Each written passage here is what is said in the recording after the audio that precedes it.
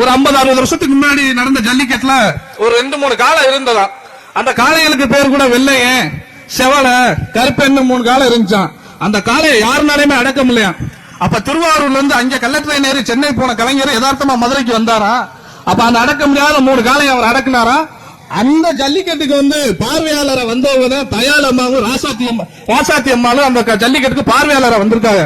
உடனே கலைஞரோட வீரத்தை பார்த்து, இப்படி ஒரு வீரமிக்க ஒரு ஆண்மகனை நான் பார்த்ததே கிடையாது, கட்டுனா இவரைத்தான் நான் கட்டுவேன்னு சொல்லி அந்த தயாளம்மாவும் ராசாத்தி அம்மா ஆசைப்பட்டது. அவரோட வீரத்தை பார்த்து தான் திருமணம் செஞ்சதா கூட இன்னொரு 50 வருஷம் சென்று ஒரு பொய்யான வரலாறை உருவாக்குவாங்க. அந்த பொய்யான வரலாறையும் நமக்கு பின்னாடி வரக்கூடிய நம்மளுடைய சந்ததிகள் இப்பெல்லாம் ஒரு வீரன் இருந்தானா அப்படின்னு சொல்லக்கூடிய காலகட்டங்கள் கூட வரலாம்.